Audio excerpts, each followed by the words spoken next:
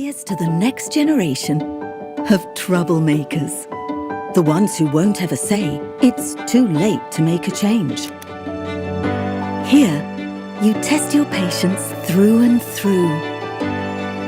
You challenge your determination to the utmost. You face your inner willpower to become who you want to be. This place is for those who say, why not, rather than yes, but. It's for those brave enough to become aware that to drive change, you must embrace it. They say there's a place and time for everything. It's here and now. Seize every opportunity. Own every space. Keep up the momentum. Every new person and experience you encounter will make you wiser. You'll gain the knowledge to understand that leading the future is not a task for a select few. It starts with you and expands to everyone.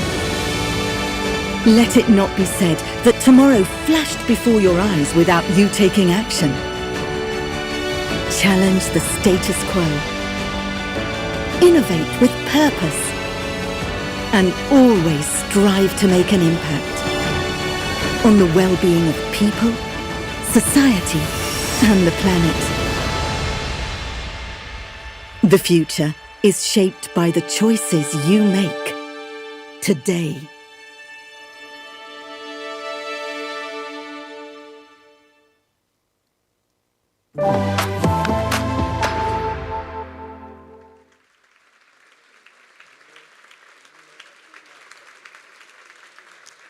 The floor will now be given to Andrea Sironi, President of Bocconi University.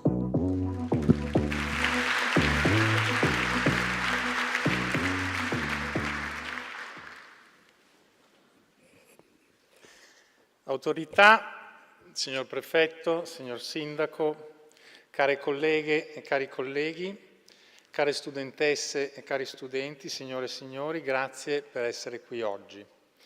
È un piacere per me dare inizio alla cerimonia di inaugurazione dell'anno accademico 24-25, il 123esimo dalla fondazione della nostra università. Il mondo in cui viviamo ha registrato un anno intenso e complesso. Sono stati 12 mesi caratterizzati da molti risvolti drammatici in tante parti del mondo, martoriate da guerre, terrorismo, catastrofi naturali, ma anche dall'accelerazione di alcuni sviluppi scientifici e tecnologici che incoraggiano ad essere fiduciosi per il futuro. Dopo i tragici fatti del 7 ottobre dello scorso anno, le università, soprattutto negli Stati Uniti, sono state attraversate da ondate di protesta che dai campus si sono estese ad altri contesti, spesso in modo strumentale, arrivando a tratti a mettere in discussione valori importanti quali l'autonomia e l'indipendenza degli atenei e la libertà accademica.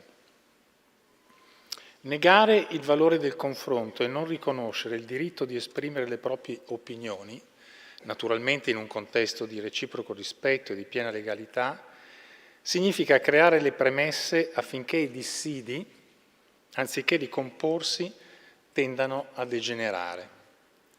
Un simile atteggiamento, proprio all'interno dell'università, non può albergare.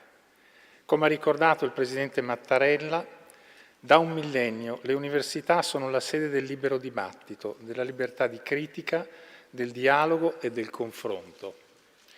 Aggiungo che le università, e la Bocconi sicuramente, sono il luogo in cui idee e punti di vista diversi devono poter essere espressi, analizzati, discussi criticamente e sfidati, anche sulla base di evidenze e di dati, perché attraverso questo processo contribuiamo non solo alla generazione della conoscenza e alla sua trasmissione alle future generazioni, ma anche al progresso economico, sociale e civile, ovvero alla realizzazione della nostra missione.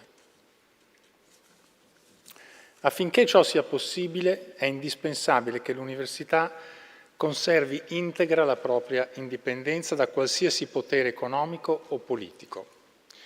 A questo proposito consentitemi di ringraziare in qualità di Presidente tutti i componenti del Consiglio di amministrazione e del Comitato esecutivo dell'Università per la fiducia, lo spirito costruttivo con i quali ci incoraggiano a intraprendere sfide innovative e allo stesso tempo ci aiutano a garantire e preservare la solidità economica e patrimoniale della Bocconi, prerequisito fondamentale per la nostra indipendenza e autonomia.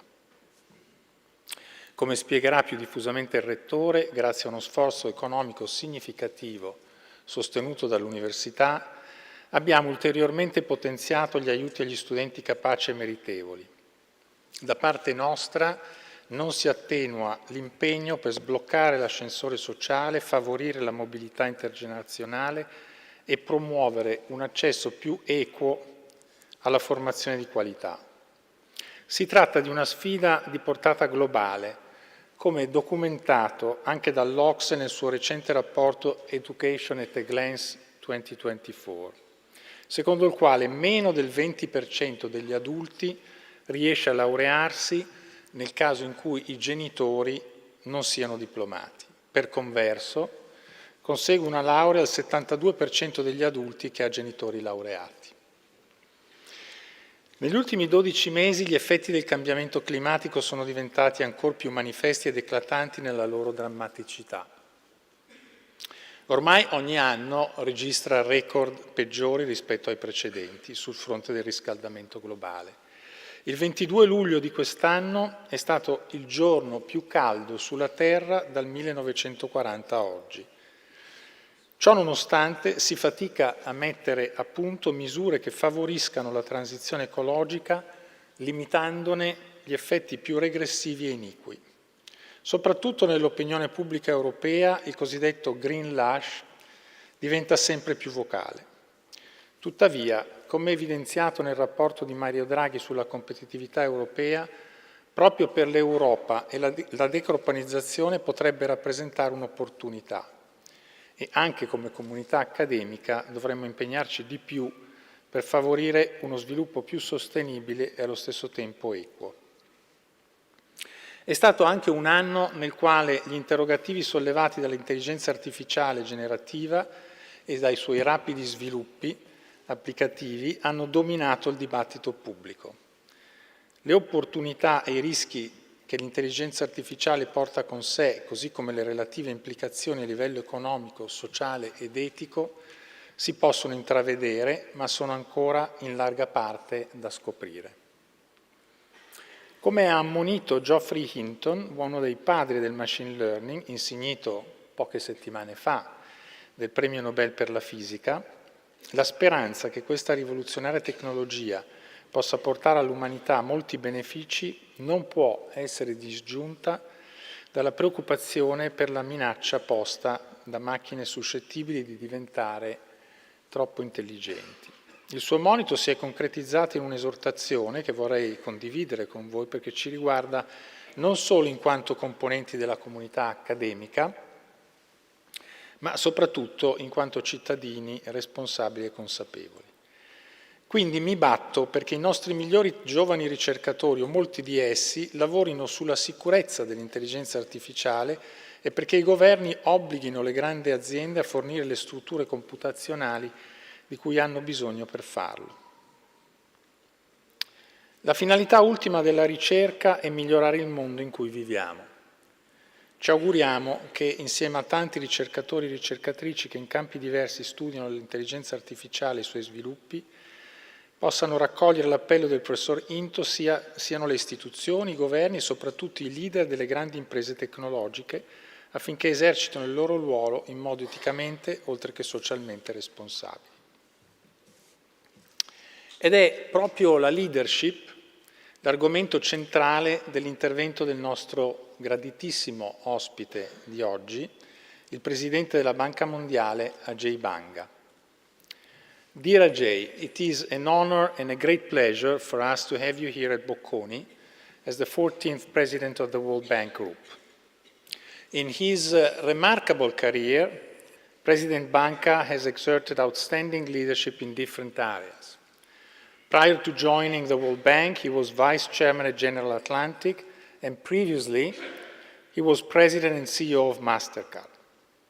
I actually had the pleasure to meet AJAY some 10 years ago here in Milan, while indeed he was still active as President and CEO of MasterCard. Under his leadership, MasterCard launched the Center for Inclusive Growth, which advances equitable and sustainable economic growth and financial inclusion around the world.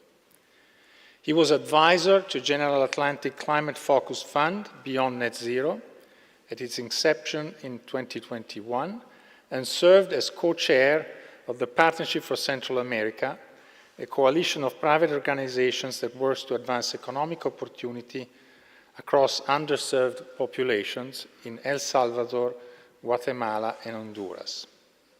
He is also a co-founder of the Cyber Readiness Institute, which has the mission to empower small and medium-sized enterprises with 3 tools and resources to help them become more secure and resilient.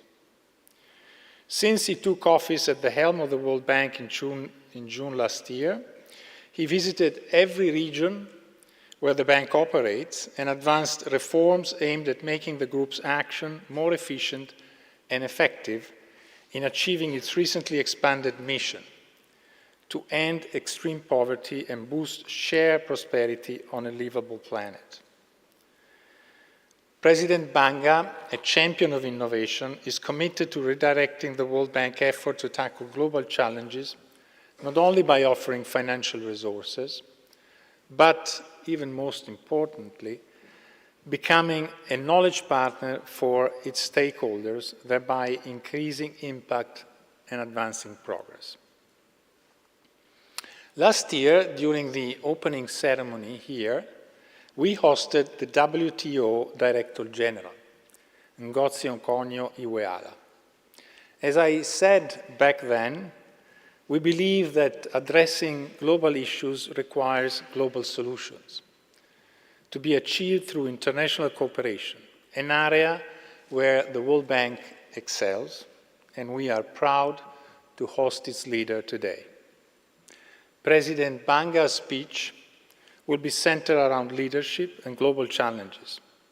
I am quite sure that his vision and experience will be a powerful source of inspiration, especially for our students and young alumni. Let me conclude these brief introductory remarks by thanking Bocconi Vice President Guido Tabellini for his valuable and continuous support and advice during the last year, our Rector Francesco Billari and Managing Director Riccardo Taranto for their commitment and hard work during an intense and very productive year for our university.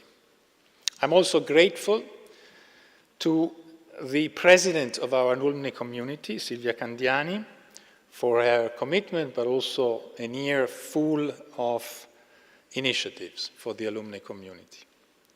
Finally, I would like to express my gratitude to my predecessor, Mario Monti, and Angelo Provasoli, respectively President and Managing Director of the Javotte Bocconi Institute, the institute who is in charge of ensuring the independence of our university. As the Rector will report, during 2024, Bocconi has continued its path of growth, internationalization, and strengthening of its research and teaching activities. We have welcomed new students, new faculty members from all over the world, all based on purely meritocratic criteria. We remain committed to our mission, that of advancing and disseminating knowledge in the social sciences by conducting rigorous and cutting-edge research that can help address the major challenges of our time. Thank you. Grazie.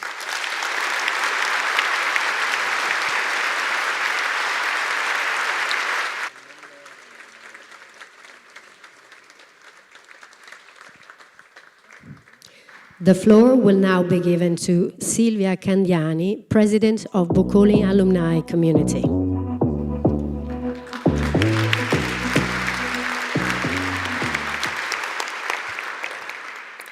Thank you. Good morning, ladies and gentlemen. Let me introduce myself. I am Silvia Candiani. I am Vice President for Telco Media and Gaming at Microsoft. But more importantly, I'm very proud to be the President of the alumni community of Bocconi. And I'm very happy to be here, being invited to speak at this event, which is the most important event of the year at Bocconi, in the name on behalf of our community, is a gesture of enormous symbolic importance. It underlines the importance that our community has as part of the ecosystem and its role as an important stakeholder. And I'm also very proud because as a past student of this university, who could have imagined that I would be here, a few years after. Our alumni community adventure began more than a century ago. The first 18 Bocconi students graduated on 5th of July 1906. The very next day, on 6th July 1906, these 18 Bocconi graduates founded ALUB, the Bocconi University Graduate Association. The association purpose was to help young Bocconi graduates find and pursue a career that would live up to their ambitions, as well as to foster intergenerational solidarity, committing to finding funds to provide scholarships for deserving students. Of course, we have come a long way since then. Suffice it to mention the foundation of the SDA, Alumni Community Association, AMSDA and ASDA in 2003, and the transformation from an association into a community in 2018. It is a community where everyone can make a difference, as our payoff, everyone matters, reminds us. And today, the community is perfectly integrated into the organizational structure of the university. It represents more than 144,000 alumni around the world, organized into 75 chapters, 25 in Italy and 50 in the rest of the world, along with the 13 topic groups. More than 1,600 people are actively involved in working as volunteers for the community. It is a community that lives, transforms, and generates value. How do we do that? Our proposal over the years has been greatly enriched since the far-off year of 1906, and today it's based on 4 pillars. Number 1 is networking, connections and reconnections among alumni. Learning also from alumni that are more senior role models.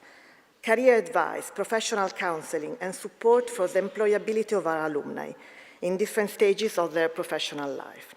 Lifelong learning, the right and duty to never stop learning, thanks to trainings, exposure to latest research, and different activities organized by chapters and topics groups. And giving back in terms of time, treasure, and talent, supporting Bocconi's philanthropic initiatives through volunteering, donations, and the creation of a true knowledge network.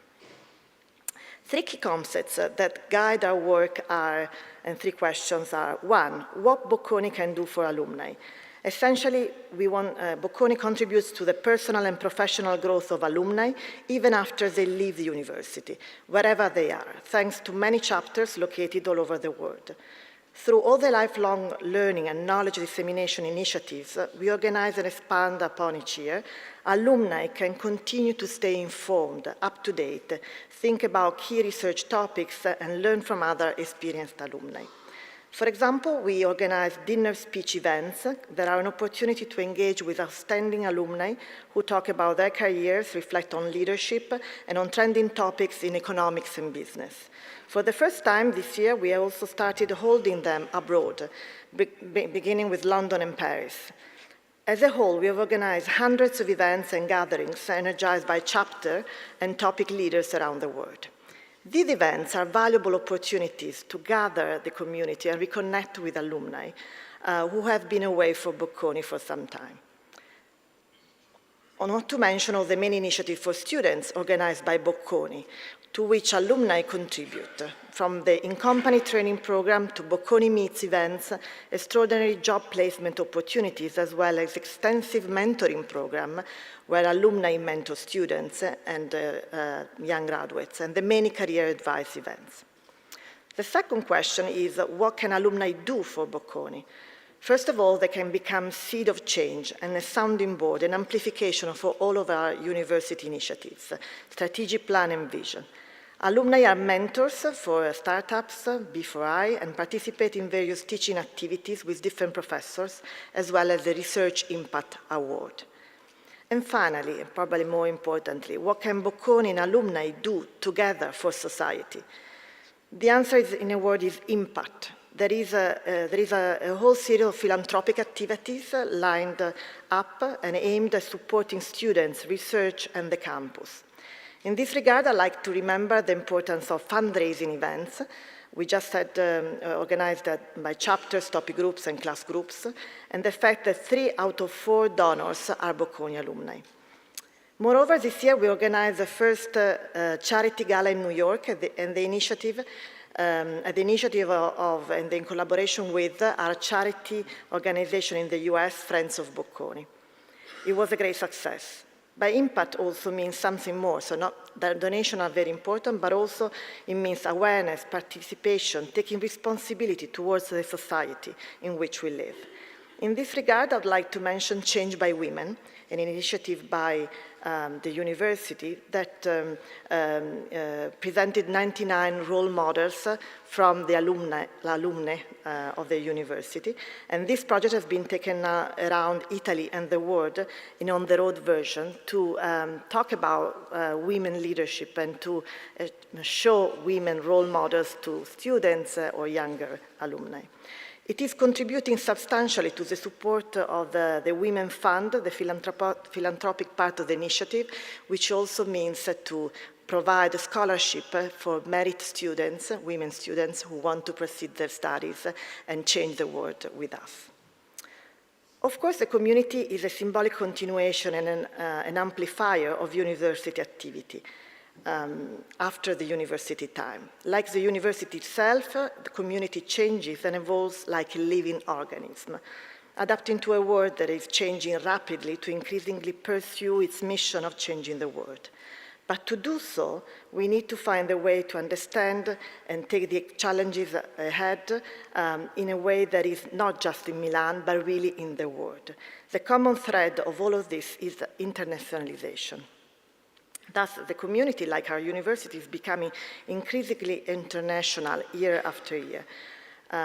This community is also changing in terms of mentality. And we want to bring internationalization in every aspect of what we do, because we think that we can also contribute to change the world. The world is at Bocconi, but also Bocconi is in the world. Internationalization of our students and alumni is a beginning, but we aim to be a real engine of change in the world. Our community feels a strong responsibility to play an important role in its third mission. We're ready to accept the challenge, and we cannot wait to do our part. Thank you.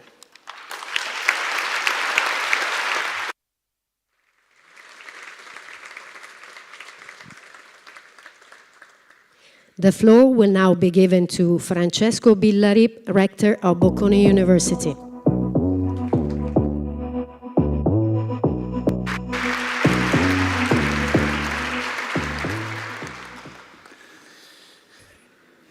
So, dear authorities, dear rectors, students and alumni, faculty, researchers, staff, dear friends, welcome again to the opening ceremony. I will speak in English, parlerò in inglese, ma potete seguire il discorso attraverso la traduzione simultanea, oppure se volete scaricare la versione integrale, che è molto più lunga, è pubblicata online, quindi vi ringrazio. The 21st century is the university century. I want to repeat it loud and clear. The 21st century is the university century. During this ceremony, I will explain why universities are and must be at the center of the future of humanity, today more than ever. I will also explain how Bocconi is equipping itself to be a leading player in this university century. Worldwide, we currently have the largest number of young people in the history of humanity. Using UN data, the years between 2017 and 2030 will be the only time in human history during which there will be more than 2 billion people under the age of 20. This is worldwide. From then onwards, this number will begin to fall, yet always remaining around the levels that are reached more or less at the beginning of this century. So, for the sake of our future, all these young people will have to go to school, as already outlined in all development goals. What is fundamental is that the majority of them must, in this century, realistically aspire to attend a university. By the way, this is not unattainable. If we look at OECD countries, nearly half of young people have obtained a university degree. Again, this is the first time in our history that we reach this high level.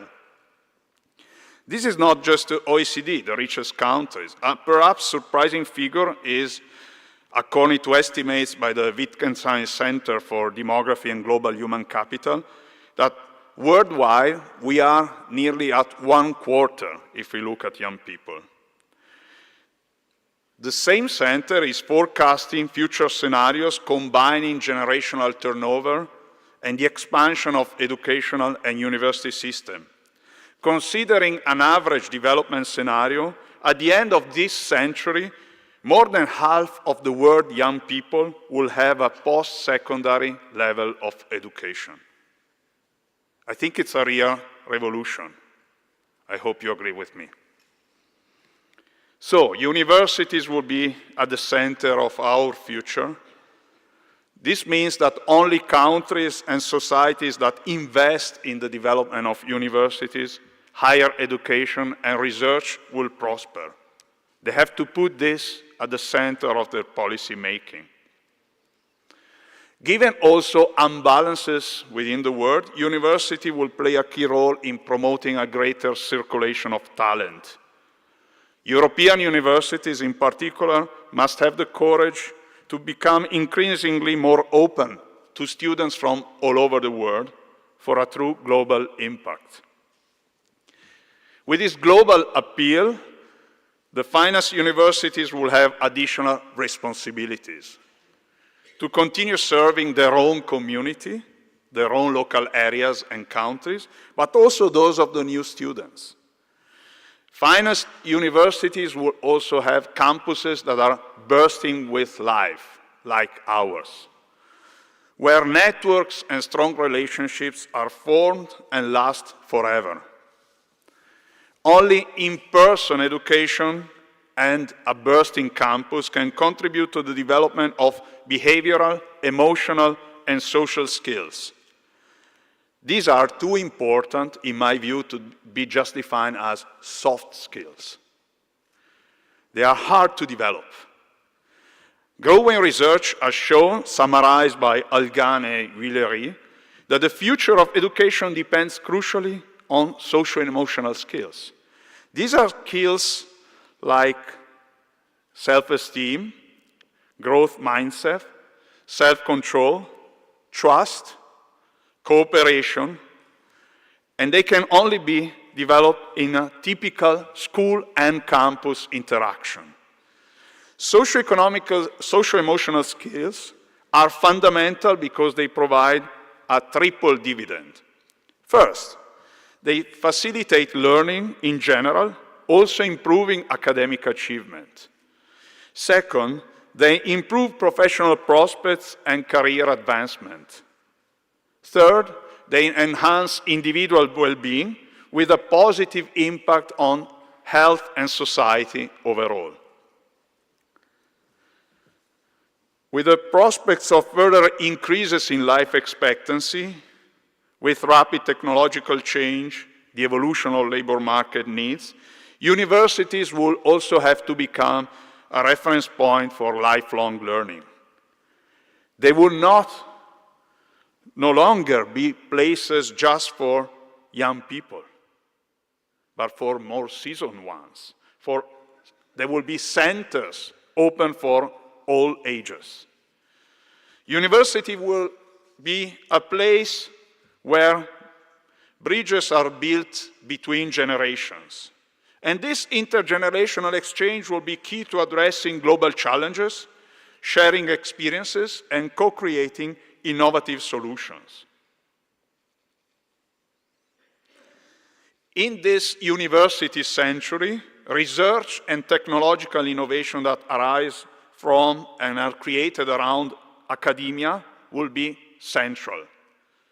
University will be crucial for our future in addressing the world's complex challenges. Leading research universities are therefore fundamental. In a series of studies, Aghion and co-authors have shown that leading universities, especially when they are in constant dialogue with the private sector, industry, and the public sector as well, are capable of generating innovation, promoting technological growth, and strengthening the economic, and I add, social fabric of our societies. The Draghi report on the future of European competitiveness also underlines the central role of academia and research in promoting competitiveness and economic growth. It emphasizes the importance of cutting-edge research that can lead to breakthrough innovations. For Draghi, a European approach is essential to accelerate research and innovation. Public support at the EU level for research is currently too low as compared to national level support. A European approach, though, can build on past success stories, such as the European Research Council. This institution has brought together the best of research in Europe and beyond, attracting several non-EU member countries, and has helped attract the most innovative scholars. This process has overlapped with national funding at higher levels of ambition, a sort of 28 state for research. The 28 state is similar to what was evoked by Enrico Letta in his report for different purposes. This is a desirable direction in line with the objective of Europe being at the forefront in this university century. In this century, Bocconi wants to be a leading player. We aim to take action for a better future with our entire community. This goal is indeed in the DNA of our university, founded at the beginning of the last century thanks to an act of generosity of Ferdinando Bocconi. We are an independent, non-profit institution. We were designed to have a positive impact not only on Milan, but on the whole of Italy, and to contribute to social mobility through merit. Since then, Bocconi has maintained and expanded its original mission, becoming a symbol of innovation, academic excellence, and research at an international level. We are rooted in history, but with an eye on the future.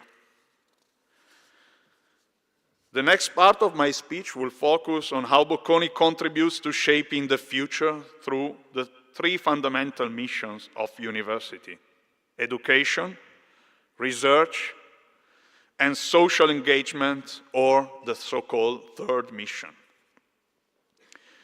Let me start with education. Bocconi has always stood out for the quality, rigor, and innovation of its educational offer, both in content and teaching methods.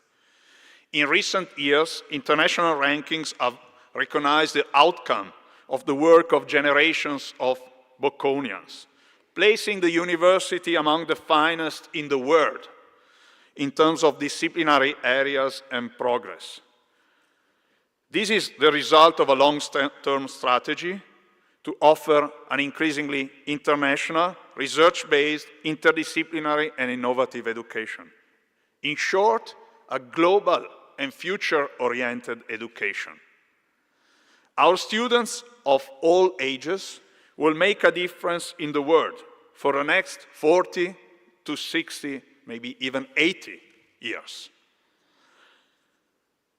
Global, first and foremost, it's our campus. It's a true microcosm with students representing 115 nationalities. In the current academic year, 40% of first-year students in the undergraduate school and the School of Law are international. We bring the word to Milan, and we are very proud of that. Starting in the 25-26 academic year, Bocconi's entire Master of Science offer will be in English. Internationalization is not limited to the language, but it extends to the content of courses to prepare students to make the difference in a global context. Our approach to the world is also manifested through a wide network of collaborations in all continents. Last year, we offered more than 2,500 study abroad opportunities, allowing our students to enrich their academic trajectory at universities around the world. If we look at the Bocconi School of Management and its educational offer, the school has increased the number of institutions requesting dedicated long-term programs for high flyers and top management at the global level. During 2024, a dedicated platform was also launched, the Global Leadership Program, attracting top executives worldwide. Bocconi is a social science university. In recent decades, we have increasingly emphasized the scientific S in our education and research in the social sciences. They are sciences, including in economics, management, political science, and law. Bocconi moves towards subjects not commonly referred as STEM is more recent. In addition to making all our university programs more quantitative and data-oriented, in other words, more S, we have introduced new courses and programs that are aimed explicitly at providing advanced skills in science, technology, and mathematics to all students. Next year, the new Master of Science in Data Analytics and Artificial Intelligence in Health Sciences will be launched, established in collaboration with Humanitas University, another leading university in Milan. This program, also entirely in English, will train participants to develop and apply the most advanced artificial intelligence and data science techniques for health to improve our quality of life and the efficiency of healthcare. All our degrees are designed with a focus on collecting, managing, and using data. This approach is transforming, in fact, all of Bocconi into an S university. This approach is integrated in all disciplines to prepare students to become leaders capable of handling future challenges with advanced tools and innovative vision.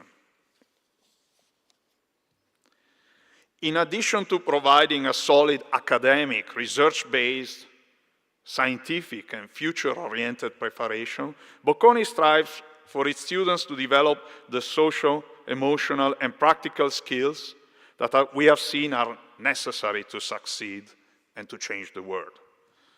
Experiential learning is a key component of our educational offer. Combined with other student-centered methods, experiences an expansion complement to traditional face-to-face teaching in favor of opportunities for discussion and debate. They enable students to apply theoretical knowledge gained in the classical classroom in real-world context, developing also the skills that we heard are so important, the formerly known as soft skills. Now they're hard. Innovation in teaching methods in recent years have been possible thanks to a highly motivated faculty, and I thank very much our faculty. Supported by our BILT, led by Leonardo Caporarello. All this allows us to train future-proof students. Again, they will make the difference for the next decades. They are sought after by the job market, 96% employment rate 1 year after graduation. More than 36% are working outside Italy. But more than this, studying at Bocconi means learning to improve the world. We want to promote the value of social responsibility among our students. We want to train leaders who can make a significant impact, not only economically, but also socially. The Dean's List for Social Impact Recognition, introduced last year and celebrated recently in collaboration with third sector organizations, recognizes students who stand out through their commitment to volunteerism and social activities. To educated, well-rounded citizens, Bocconi values social impact together with academic excellence. Let me now speak about research and its centrality. So for Bocconi, Mind the Future is a vision that guides our effort to push the boundaries of knowledge and address the complex challenges of our time through knowledge that matters. Mind the Future means putting knowledge at the service of progress, knowing that the future can and should indeed be built on scientific evidence. The quality of our research is reflected in the QS World University Ranking for Social Sciences and Management, where Bocconi ranks first in the European Union. One of the most concrete indicators of the quality and relevance of our research is the ability of our scholars to be selected by the European Research Council. We saw the gold standard in the Draghi report. These grants are indeed the most prestigious in Europe. And since the ERC inception in 2007, Bocconi has obtained 64 funded projects. Bocconi, furthermore, is #1 in Europe in the subject area individuals, markets, and organizations, with 34 projects. In the last 2 years, Bocconi was awarded 12 ERC grants for researchers at different career stages. They span a wide range of disciplinary areas, demonstrating the university commitment to extend its research beyond our traditional fields. Furthermore, our goal is to generate a concrete and tangible impact on society, public policy, and the global economy. This is also why we created our Research Night. During this event, open to the entire Bocconi community, we celebrate our identity as a research university.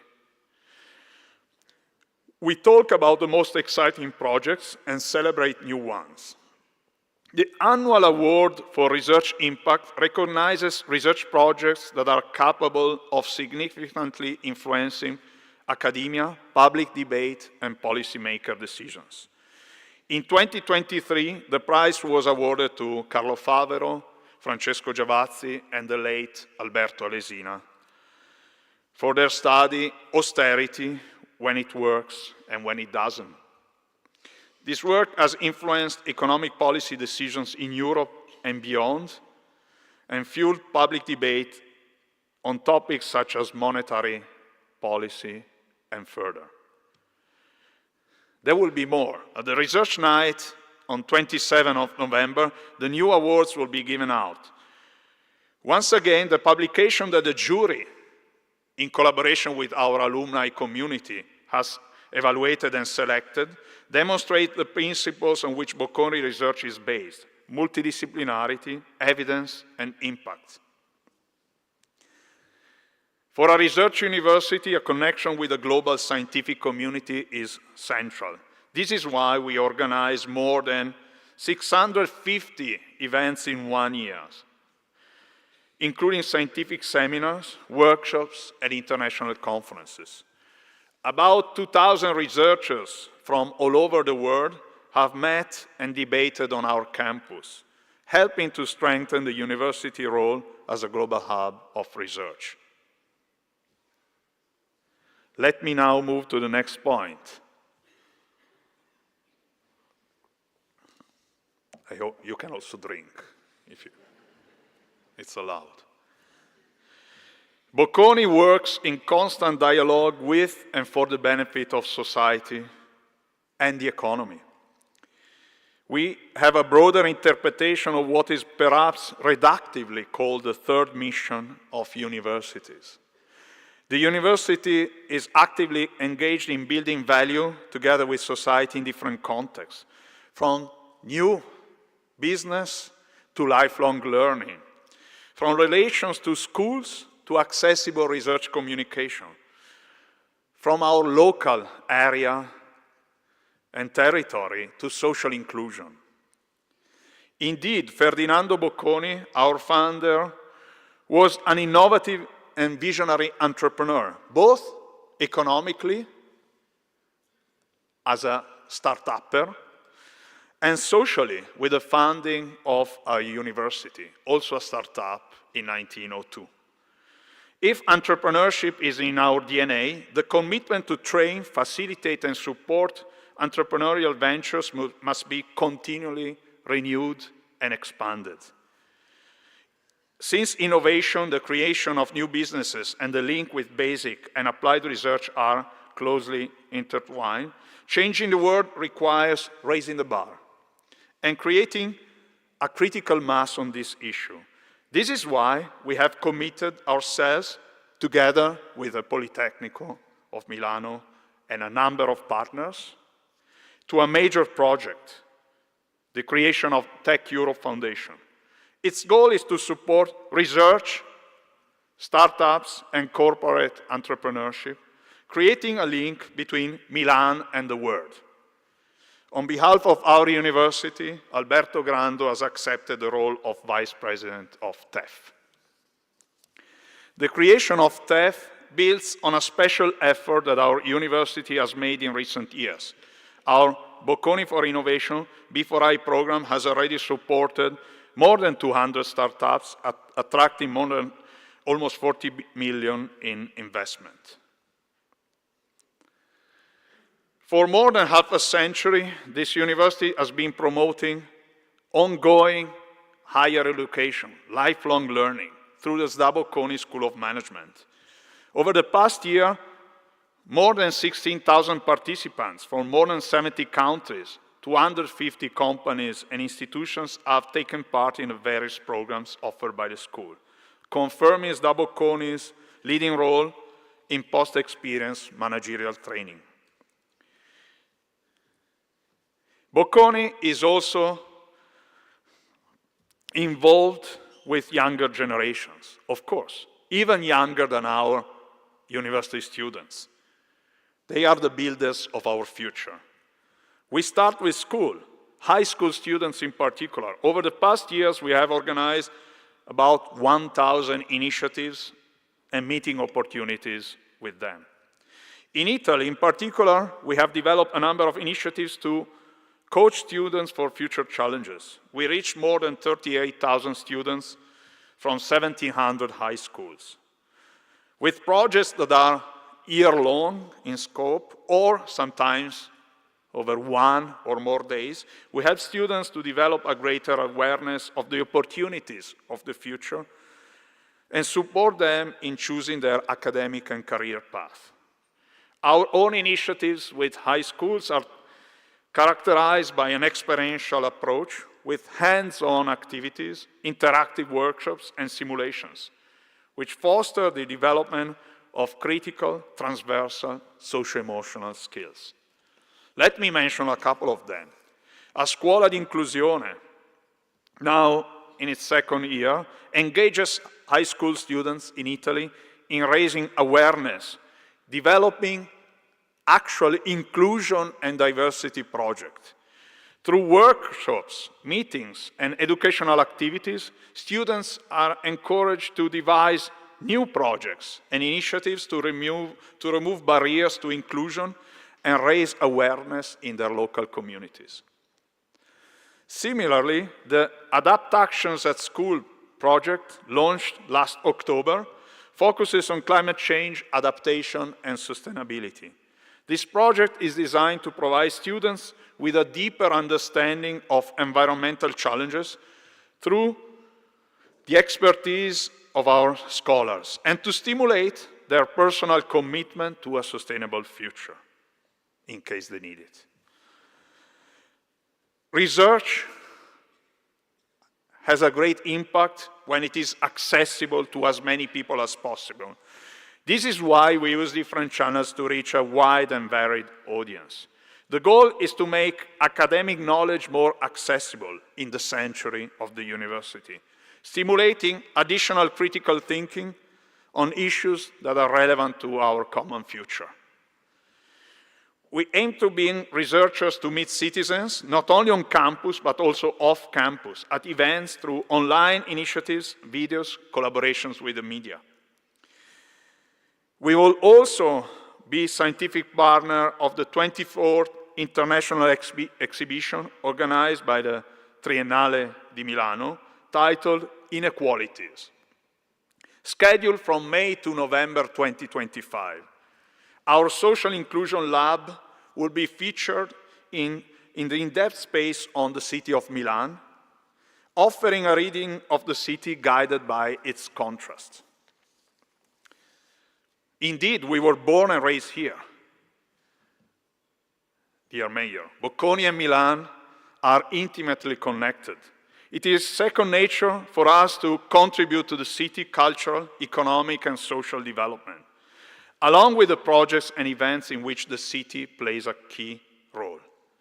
One of such events is the 2026 Winter Olympics and Paralympics, that, like Expo 2015, can act as a turning point for the future of our city.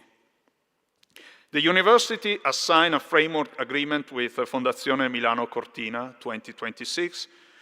This agreement is wide-ranging, including both research on the Olympics and managerial training. Dino Ruta has been appointed as a rector delegate to the Olympic movement to oversee these issues. Thank you, Dino. Bocconi is an increasing part of the cultural and social life of Milan. We also do it through numerous initiatives. In the second edition of Path for Future, organized in collaboration with another leading institution of this city and beyond, Corriere della Sera, the second institution will be held next year. The first edition involved more than 80 speakers from all over the world and welcomed 3,000 participants here and in other locations around the city, and 800,000 online viewers. It provides a space for dialogue on building a sustainable future through collaboration between businesses, the third sector, and civil society. Next, organizing collaboration with ISPI and the OECD aims to explore global scenarios with a special focus on geopolitics, economics, and innovation. It offers an opportunity to engage with experts and professionals in the fields. Last year, Next brought 1,000 future leaders, including from our alumni community, from more than 60 countries to Milan. We are also open through a rich cultural offer. The Bocconi Art Gallery has been regularly opening the doors of this university to the residents of Milan since 2009. It is joined by the Isole Sonore music program. We had a fantastic blind concert recently in this room. Now in its third year, these cultural initiatives have attracted more than 5,000 participants. We hope to increase these numbers in the future. Likewise, our beautiful Bocconi Sports Center, please take your time to visit it, where our athletes and sport enthusiasts train every day, is a state-of-the-art facility open to the city. Over the past year, more than 13,000 Milan residents have used the centers, pools, and gym. And I'm very proud that weekly, school children from our neighborhood schools Use the center for swimming and other physical education activities. Bocconi is also strongly committed to supporting the most socially vulnerable communities, promoting initiatives to create a real and lasting impact, to change lives. The Prison Project allows inmates to study and take undergraduate courses within the prison system. With this program, Bocconi offers educational and professional opportunities to prisoners in the Opera and Bollate prisons of this city. In addition to these activities, we have a number of legal clinics active in the San Siro area and the Milan prisons, where we offer free legal assistance to residents and prisoners in need. Bocconi law students, supported by our wonderful faculty and professionals, put their legal skills into practice and change lives in a real-world setting, actively contributing to social justice. Another example of our social engagement is the collaboration with Pane Quotidiano, an organization just next door to us that provides basic necessities to people in need. Our students, staff, and faculty participate on a voluntary basis, distributing food and essential commodities to the most vulnerable. Our focus on the promotion of volunteering is embodied in the constant presence of the desk created in collaboration with the Volunteer Service Center and Students for Humanity, one of our associations, student associations. Every year we organize the Bocconi Community Volunteer Fair. Last October edition was attended by about 30 organizations, among which 5 associations, you see the labels on the slide, have been collaborating with us for 12 years, since the creation of the volunteer desk. I also like to thank these associations. With the start of the new rectoral term, Marta Cartabia, thank you Marta, is taking on the role of Dean, the new role of Dean for Social Engagement and Institutional Affairs. She will bring a new impetus to activities that have a specific focus on expanding access to education and promoting more equitable justice through a direct engagement with society, schools, and the younger generation. I would like now to speak about our community. The Bocconi campus is the beating heart of a living and dynamic community. You heard the president of the alumni community, Silvia, thank you very much, to represent where we are in the world. So different people here meet, ideas and cultures. They work and experience together an important chapter of their life. Bocconi stands out for its ability to attract talent from all over the world to this campus, making diversity a key pillar. The student population reflects this international openness.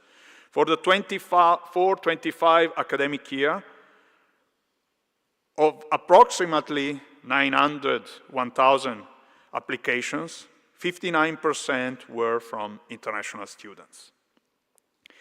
In total, today, 26.5% of our students are international.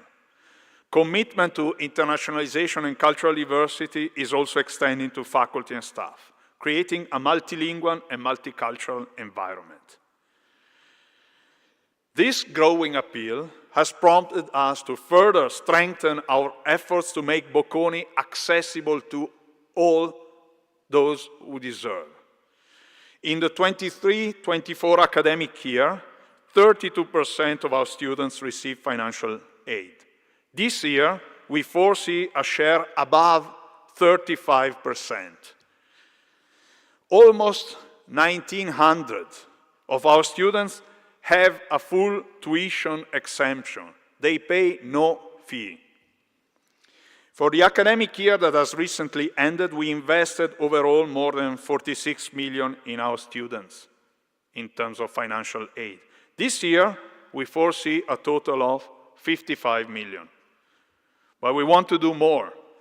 We also created 2 additional programs to meet different needs and types of students.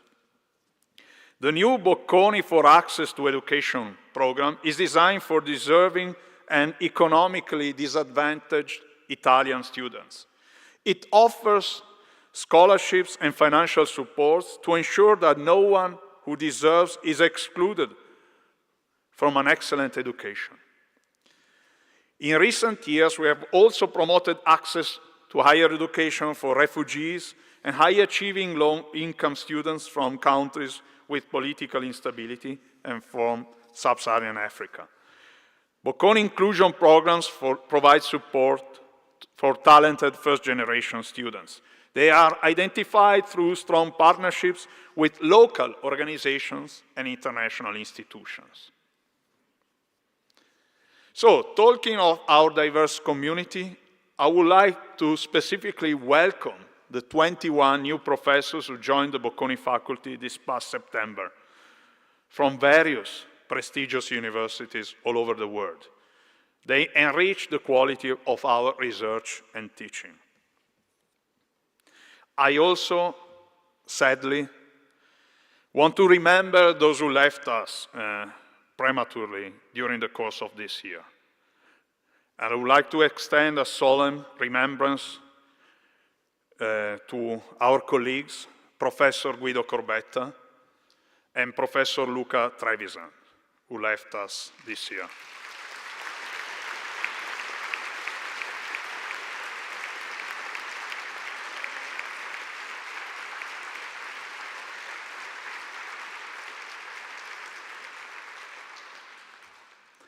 And also to the families of Guido and Luca. And we also lost in tragic circumstances 5 students. I would like to remember each one of them. Michael Ausserhofer, Giuseppe Bonamassa, Alberto De Domenico, Tommaso La Medica, and Matteo Lim.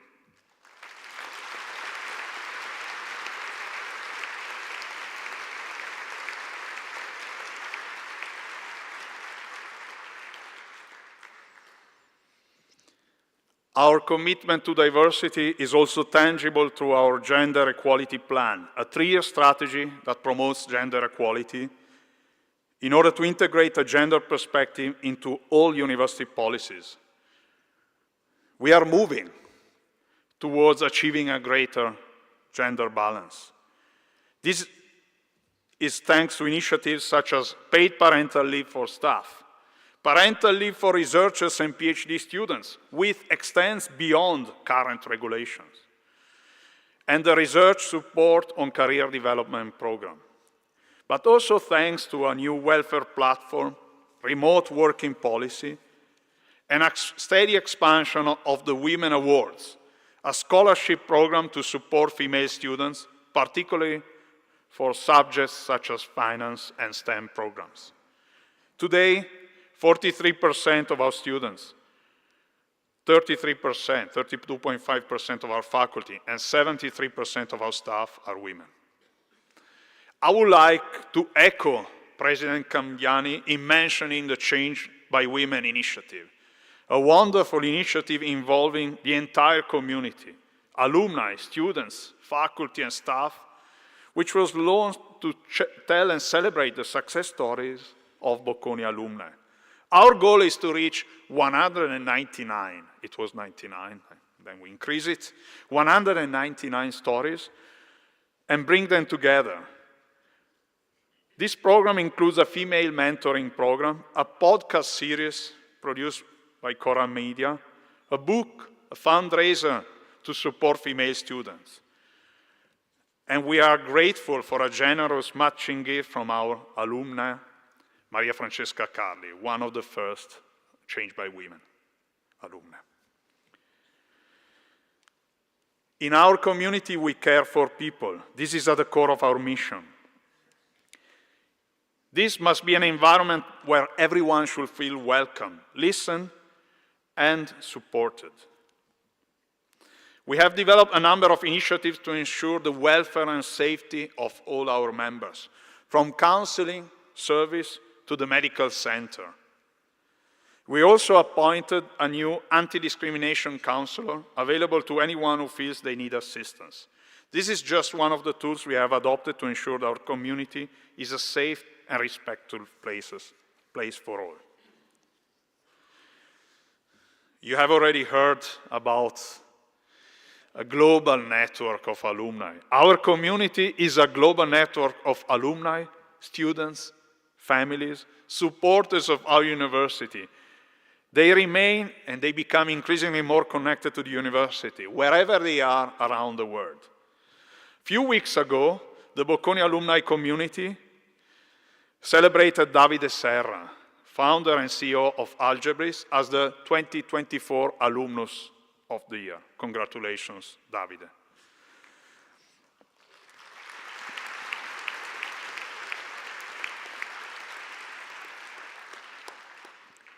As you heard, the community now boasts over 144,000 alumni in more than 100 countries.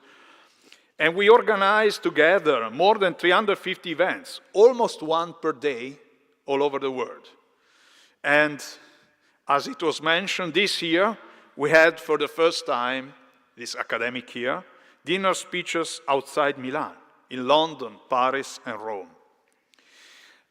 I will also, echoing Silvia, mention specifically and with a great emotion our first US fundraising event, the Friends of Bocconi Benefit Gala, held in New York last 24 October. Thanks to the Bocconi friends and alumni who attended the gala, I'm proud to say that we have reached and surpassed the goal of our American fund of fundraising 1 million, and we have reached this goal 1 year ahead of schedule. This will allow us to support about 20 students, enabling each of them to receive full tuition waivers. Thank you to New York.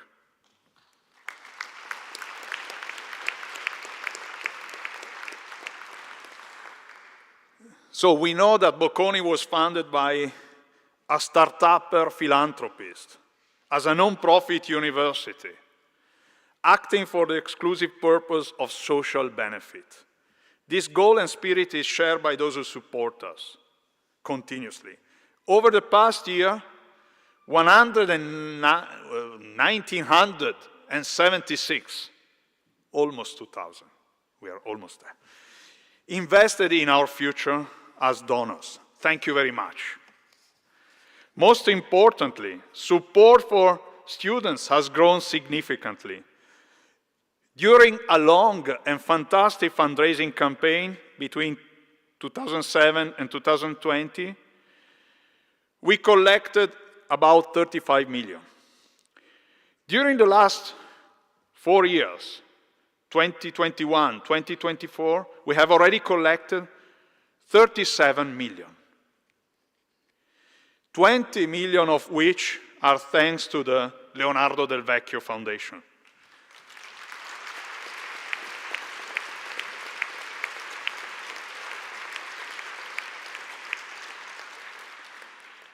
This is part of an ambitious long-term project. The foundation is promoting social mobility through education, with the largest single donation, at least for now, in the history of Bocconi University. I also like to mention the Fondazione Romeo and Enrica Invernizzi, a key supporter of Bocconi, which continues to enhance its contribution annually through professorships, labs, and starting from this year, a new and increased support to PhD students attracted to Milan and Bocconi.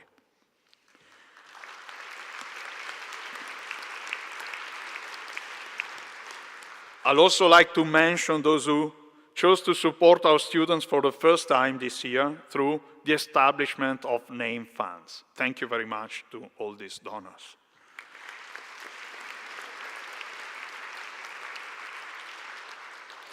We are particularly grateful to 2 Bocconi Alumni of the Year, Claudio Costamagna and Diego Piacentini, who decided to support our campus through permanently named classroom.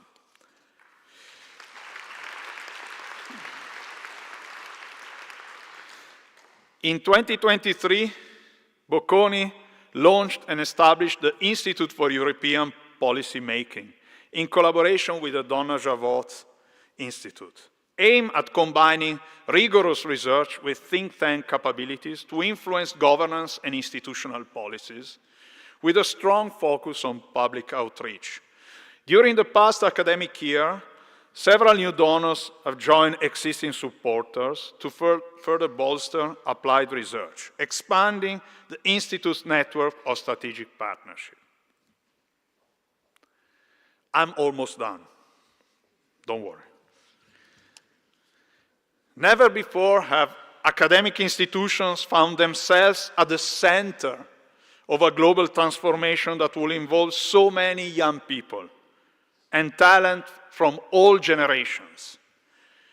This transformation requires frontier knowledge that is widely disseminated, innovation and the ability to scale up the impact of research and training, solid education and socio-emotional skills. Universities, for this reason, are key to building inclusive, sustainable and innovative societies. And they are tasked with leading the world towards a better future. At Bocconi, in particular, we have a mission.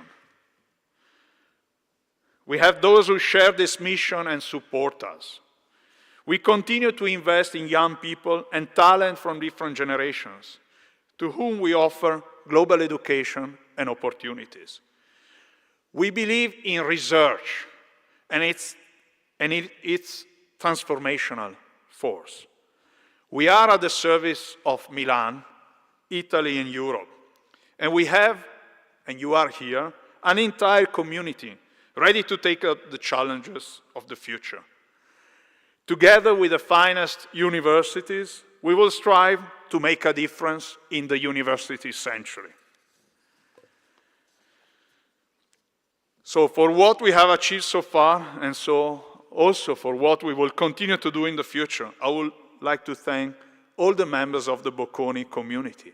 If we take all the community together, more than 165,000 people. Thank you, and thank you to each one of you.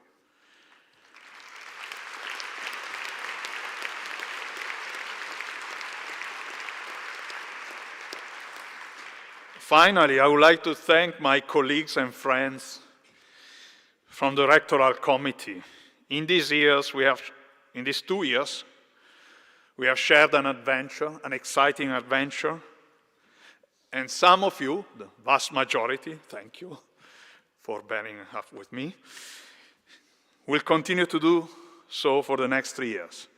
I'd also like to give a special regard and thanks to Professor Catherine de Vries, who hands over the baton of Dean for International Affairs to Francesco Saita, whom I welcome.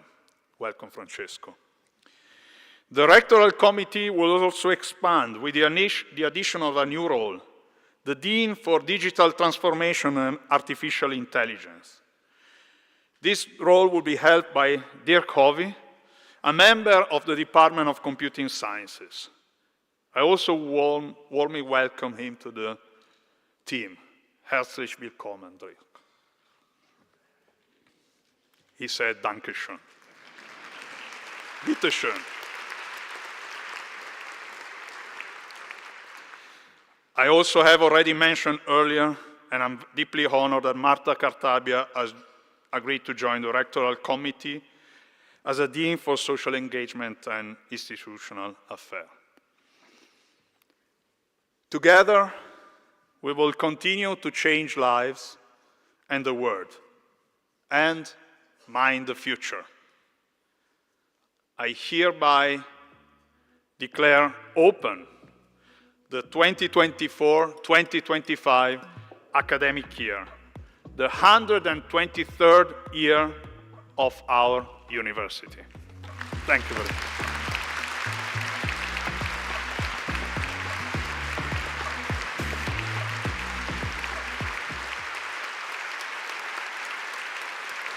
The floor will now be given to Ajay Banga, President of the World Bank Group.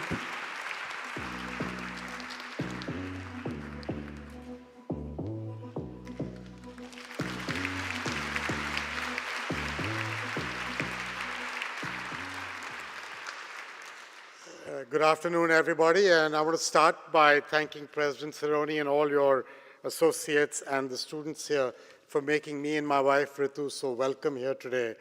We met as students at the Indian Institute of Management in Ahmedabad, which I understand Bocconi has a relationship with.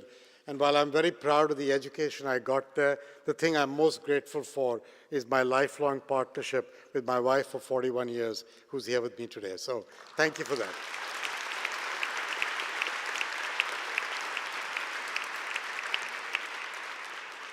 It's an absolute honor to be here with all of you in Italy and, of course, to join you at Bocconi, which I know is a place renowned for producing some of the world's finest leaders and thinkers. And today, those of you who are beginning a new academic year, you are doing so in a world that is full of possibility, but also of uncertainty.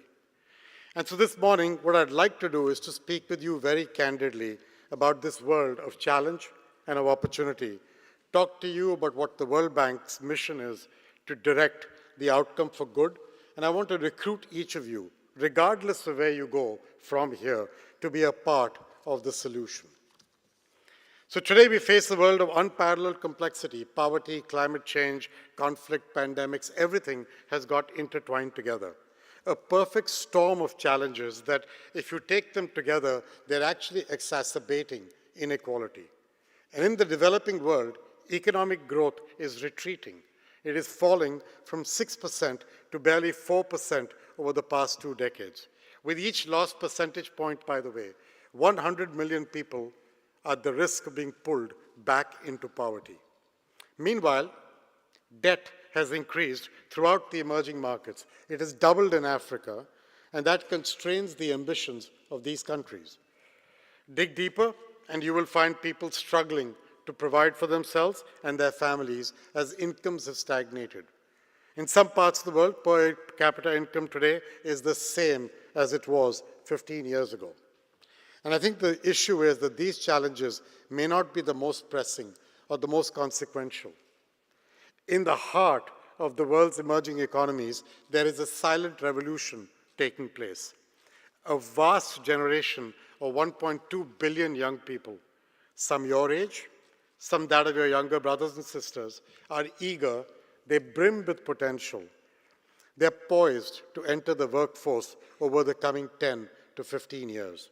And yet, the landscape of opportunity in the same countries is not expanding at the same pace.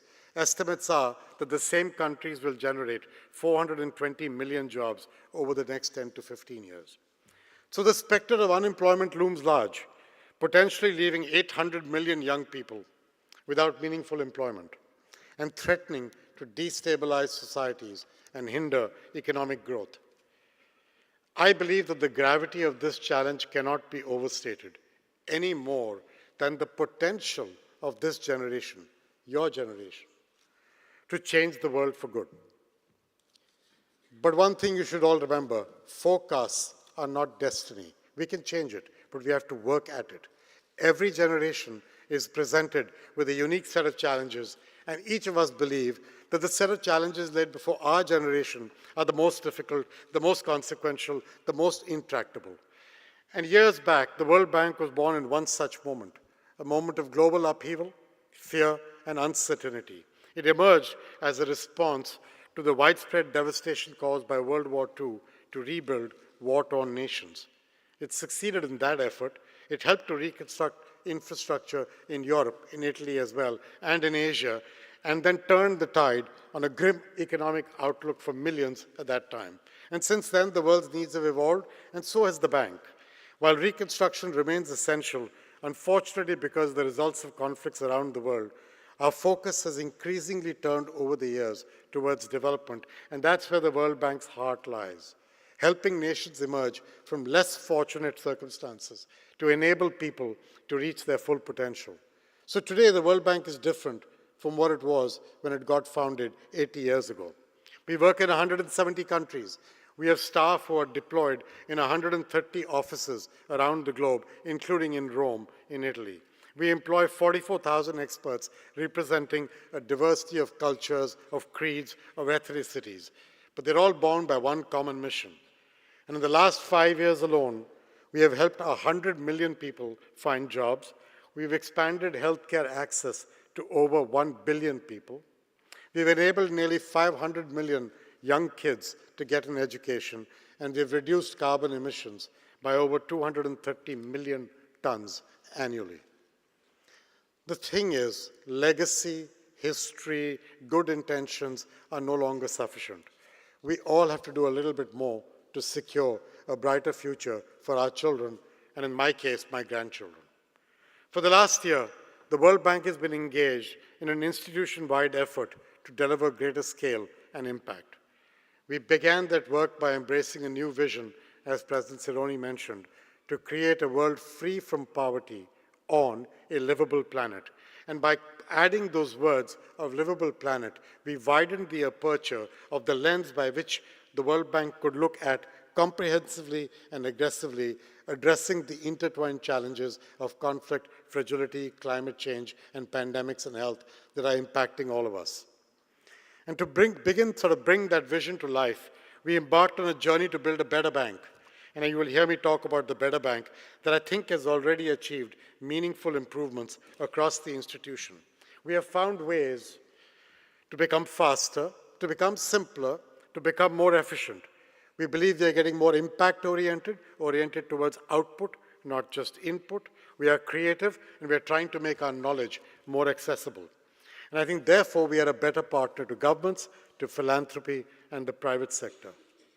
This better bank has enabled us to be truly ambitious. We're now pursuing some transformational projects that are unifying the institution, that are filling it with energy, with purpose.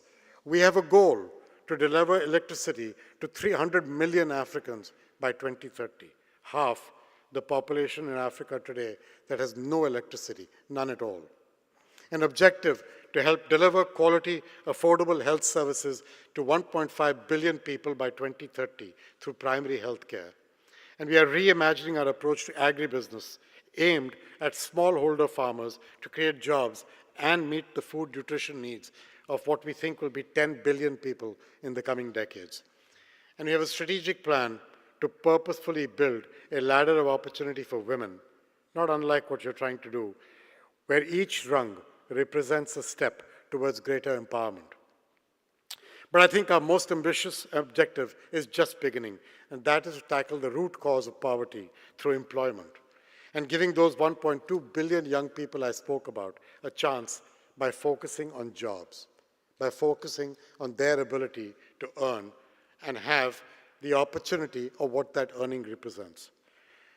Throughout history, jobs have proven time and again to be the surest and the most lasting panacea for poverty. A job is more than a source of income. It brings dignity, it brings a sense of purpose, it uplifts the human spirit and condition. Jobs are hope. The opposite of that, poverty. Poverty is a state of mind, not just a state of being. So remember that jobs are the key to unlocking potential. They provide a pathway out of poverty, they empower women, they give hope to young people, they build much stronger communities. And that's the motivation to ensure that job creation and employment are not the byproduct of our projects, but are an explicit aim of them going forward. That work is going to require a marriage between preparing people and preparing opportunities, because while talent is everywhere, opportunities are not. This marriage is supported by foundational building blocks that the World Bank is deeply committed to supporting, what we have done for years: healthcare, infrastructure, education, skilling, food security, clean air, clean water. This is advanced by our public sector work to help policymakers create favorable business environments through policies that give confidence to investors, that enable businesses of all shapes and sizes to take root. With those businesses, our private sector teams can work to step in to not only to provide financing, but also to connect entrepreneurs and owners to supply chains.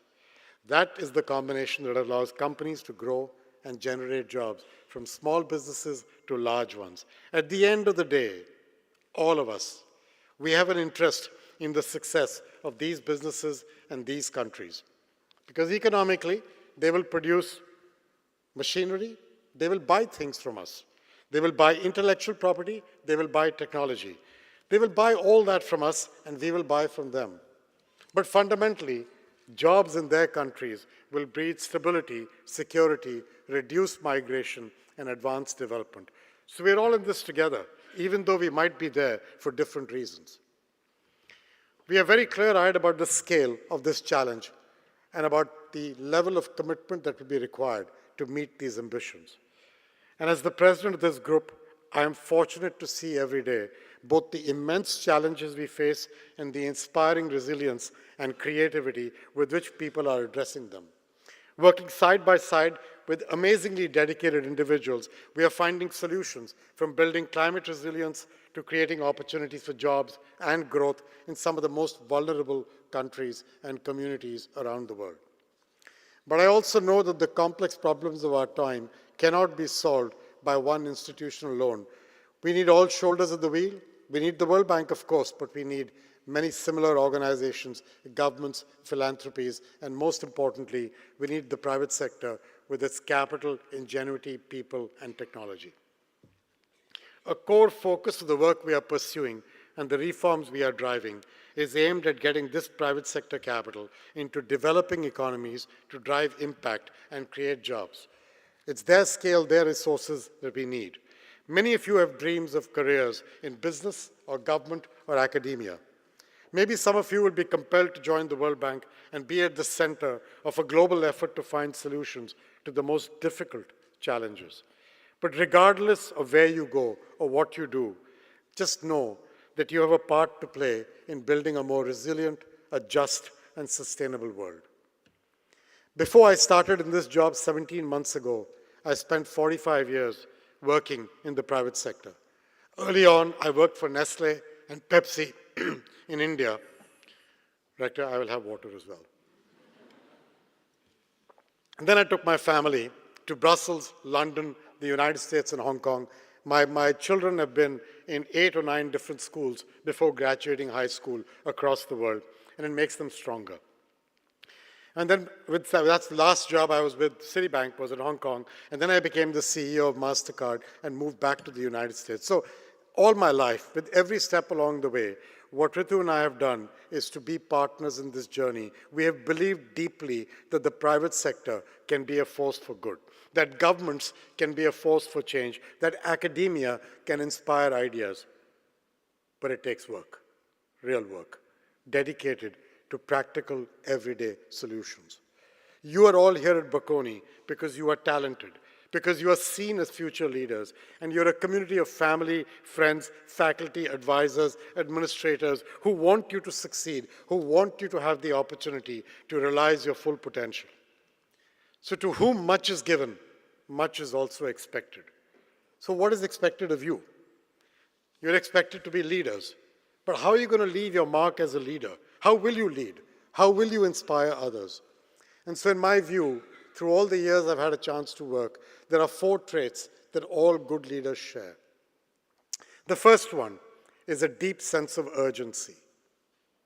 They listen very carefully. They gather knowledge from others who know more than them. That sense of humility, that you don't know everything, is your best friend in your journey, in your life. But once you have done so, you must act with a sense of urgency. You're never going to have perfect information, so you have to be comfortable with taking a thoughtful risk. Remember, done is better than perfect. Second is curiosity. You have to be curious. You have to have a deep desire to understand the world around you. But most importantly, focus that curiosity on the right questions and seek out new information to help you make better decisions. So remember, question everything, always. Just because somebody told you they tried to do this 20 years ago and it didn't work, doesn't mean they are right. You may well be the one who finds the solution. Question, always. Third, competitiveness. Great leaders are competitive. They're driven to succeed, but they also want to see others succeed.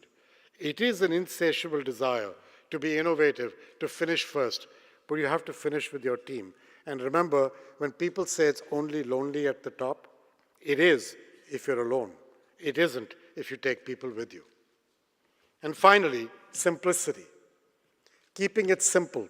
It is the hardest thing to do in an increasingly complex world.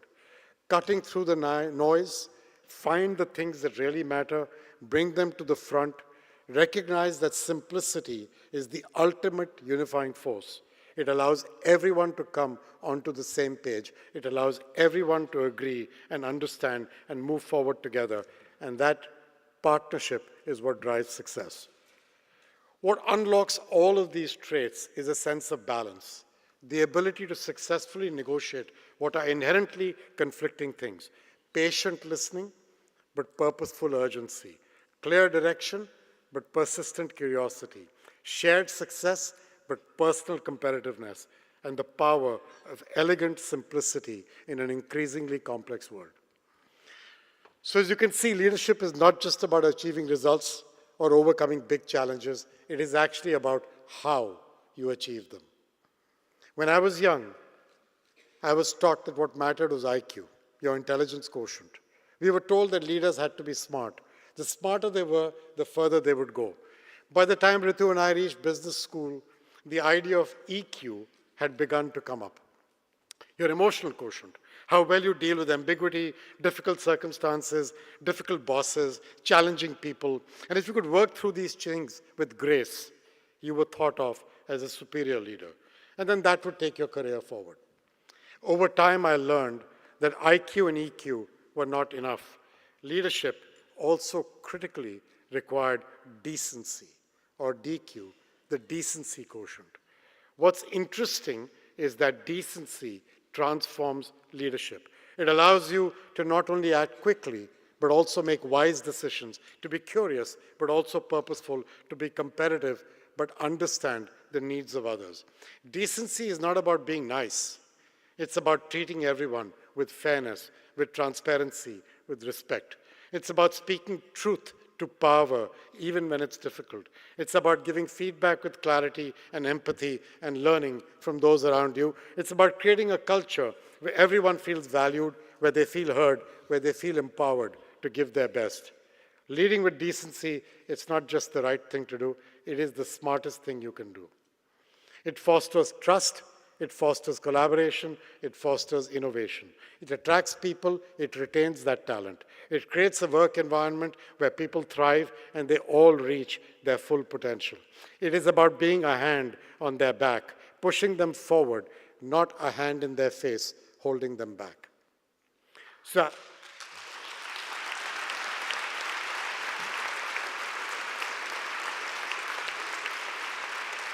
thank you, thank you. So as you begin this new academic year, remember that while no one expects you to have all the answers today, the world will need you. It will need your leadership, your energy, and most importantly, your decency in the years to come. The challenges we face, climate change, inequality, fragile economies, they belong to all of us, and none of us can solve them alone. When you leave Bocconi and you begin your career, I hope you'll hold on to that sense of shared responsibility. And remember that leadership is not just about what you will achieve, but how you will achieve it. So as you go forward, question the world as it is, imagine the world as it should be, and build it with all the decency and all the purpose that you can summon that has brought you so far already. Good luck, Godspeed to all of you. Thank you very much.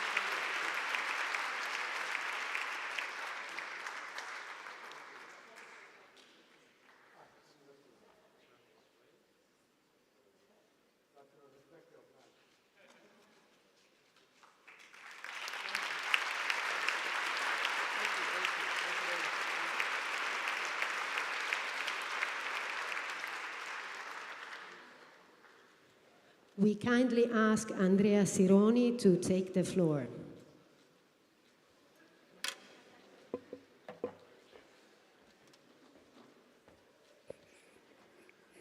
I probably forgot this. I just want to thank you, Ajay, for having been with us today. It's been a great honor and a pleasure, especially in light of the very significant, inspiring words that you told to our students. So I hope we all paid careful attention. Very much thank you to all of you, and now we can have a cocktail all together.